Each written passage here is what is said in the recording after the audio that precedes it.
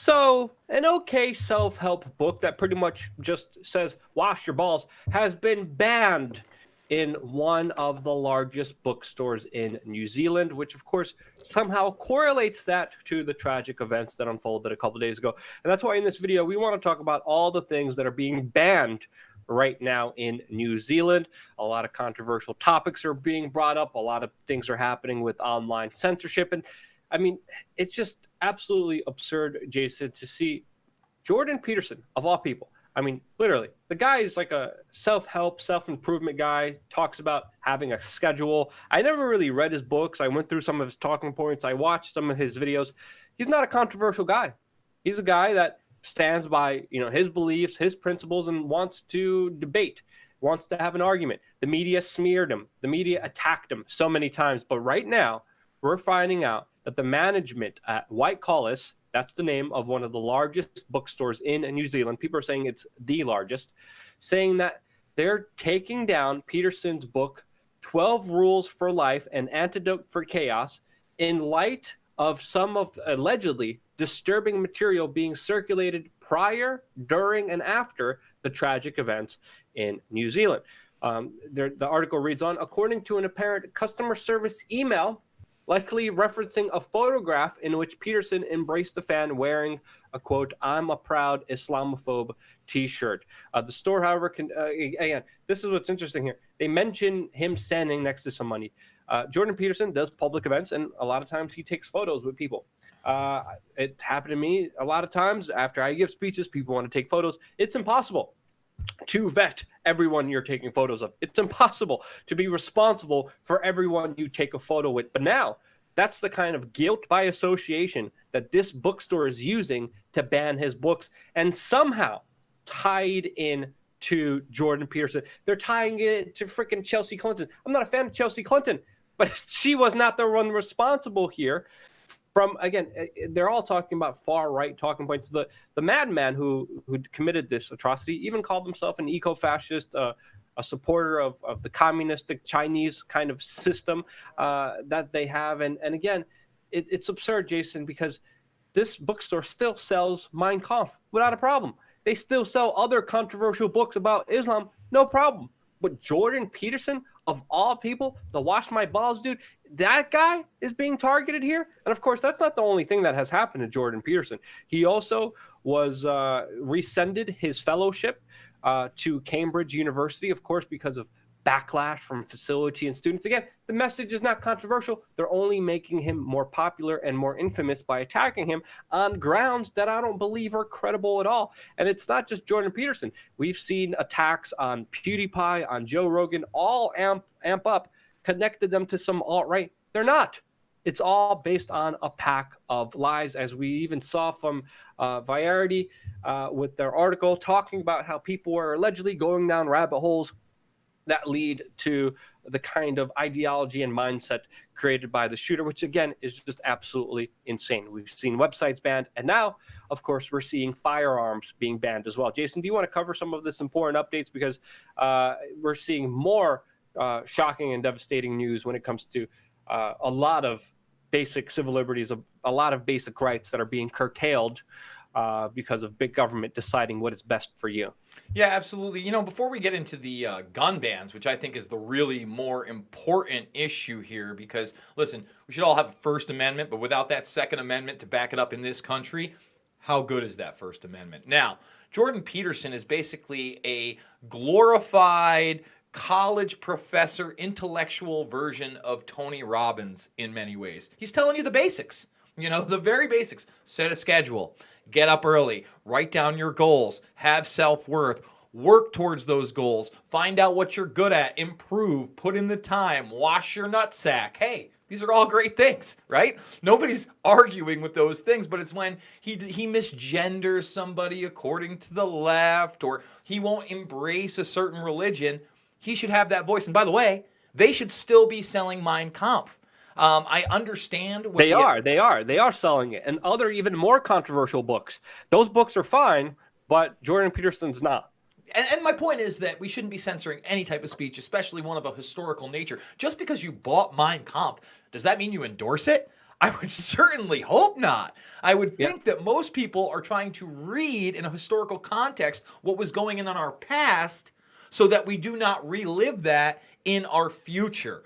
And Yeah, the you same could can't be whitewash history, because if you try to clean out history and make it look perfect, you're going to repeat it, and you're doomed to repeat it if you start banning and censoring certain ideas out there, and it's only going to make the situation worse and push people to be more radicalized, especially if you make common sense information underground. Sorry, Jason, go ahead. No, absolutely. And now, going beyond speech, the speed at which New Zealand has announced that they are banning all weapons that were used in this attack. Now, if they're saying all weapons, I'm taking them at their word. I know that a shotgun was used in this attack. I know that they're calling them military-style weapons. Notice they're not actual military weapons, but military-style weapons. They're Yeah, I mean, banned. the whole term, Jason, assault rifle is totally made up. And again, just to clarify, it's being said that every weapon used in this attack is going to be banned and has been banned by Friday. And again, she said the laws here, the wording here is very, very generalized for a very specific reason. Again, saying, quote, beginning with immediate ban on the sale of semi-automatic and, quote, assault rifles. Again, that's a totally made up term. And this is, Jason, only the beginning here. This is what they're even saying now. Yeah. And people should be scared shitless, because if you look behind here, they're glorifying this gun buyback program they had in 1996. Okay, that's when they actually, after a shooting event, they banned rapid fire magazines and some other ones. But the speed at which this has been done, Luke, think about that. Within a week, they announce it. And by Friday, that's tamari, buddy. That's tamari. People are banning these weapons. There's no recourse. There's no outcry. There's no way to say, hey, wait a minute, we don't want you to take our rights. What scares me most about this is the rapid progression. And the fact that, listen, no one's following up on this guy traveling around, going to Turkey, going to North Korea, going to Israel. From what I've seen of his 70-page manifesto, it is hitting so many mainstream media talking points. It's hard for me to even take it seriously. Again, I don't want to even talk about them because I don't want to give this guy what he wants and some kind of political relevancy. Yeah. But from start to finish, this event has not even been investigated to a point that you can make a decision of how this guy was able to do it. Again, we're part of the Five Eyes Treaty, aren't we, New Zealand? How did we miss this? This guy's traveling around. He has weapons. He's posting on message boards, yet we couldn't do anything. So what is the Five Eyes Treaty for? It sounds like it's just to spy on citizens and not stop terror attacks.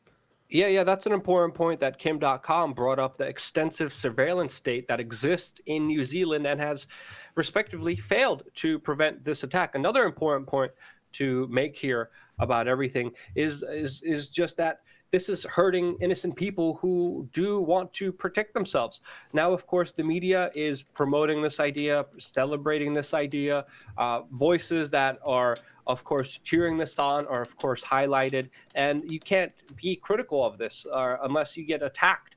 And I don't think that's fair at all, because there's some important fact checking to understand here. And if government really cared about, people's well-being, they wouldn't just be talking about gun control. They would be talking about big pharma control and the psychological neurotropic drugs that affect people's minds, which a lot of shooters have been documented to be on. Psychotropic control, if the government ultimately cared. Again, I don't believe in government because, again, it seems to create worse of problems than I believe wouldn't be there if it wasn't for them. But there's a lot of important things to understand here. There's still a big investigation that needs to happen. There still needs to be more answers to this bigger event. And there's so much disinformation, and it's important to have this discussion in an honest way and not just ban things. Certain websites have been banned. Some of them have been reintroduced, but websites like Zero Hedge have been, banned. It's still unclear whether it's back or not that I know of personally myself. But again, these are ideas that want to hold government accountable, and the government to use this tragedy as a way to silence any critical voices of them is absolutely insane. At this time, we deserve answers. We deserve investigation. We deserve an honest dialogue to prevent this, not censorship, which is going to, of course, make this problem a lot worse, and disinformation and propaganda by the mainstream media. We also have to understand, There was other reports in the mainstream media about New Zealand gun owners who were voluntarily surrendering their firearms and how brave they were and how excellent this is and how this is such a good idea. Look how great this is. And what the media forgot to really talk about is the larger numbers here, because out of an estimated 1.2 million registered guns in New Zealand, only about 37 firearms have been surrendered voluntarily by individuals who want to, of course, self-gun control. And again, perception is more important than ever here. And what we need is transparency, accountability, good questions to be asked, and answers from the government and all those individuals around, not censorship, not control, not restricting our basic freedoms. That's my point of view. If you think I'm wrong, please, I love having a civil discussion. Let me know in the comment section below. Jason, do you have anything else to say about this important issue? There's just one more thing that I want to point out when we were talking about the Five Eyes Treaty. John Podesta was actually in New Zealand recently and asked by a reporter about New Zealand's role in the Five Eyes Treaty. And John Podesta started talking about how it would make them a juicier target, or a juicy target.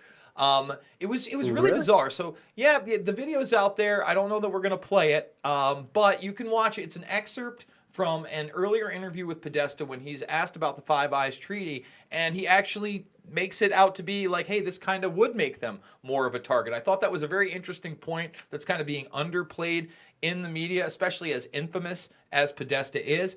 But, I agree with your take, Luke. Again, the government should not be telling us what we can and cannot see, can and cannot read, can and cannot hear, can and cannot watch. And we got to fight every day to keep those freedoms, brother.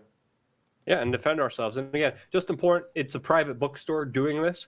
It is one of the largest bookstores, and it's up to you, the consumer, to vote with your dollar, with your attention, with your clicks. You're more important than ever, especially in today's day and age where if you piss off a certain power establishment, they'll shut you down, and they'll shut you down for all the wrong reasons. And they'll shut you down with an excuse that they're going to try to sell to the mass public. But it's more important for you more than ever to understand this bigger game that's happening here. You're important in sharing, liking, and being engaged in independent media, because if we don't speak up now, if we don't raise our concerns now with the bookstore or with social media, it's all going to be gone soon. And we've seen the attacks, we faced the attacks head on, and we're only here because of you and your support. And that's why I love you guys. Thank you again so much for watching. Stay tuned for more here on wearechange.org.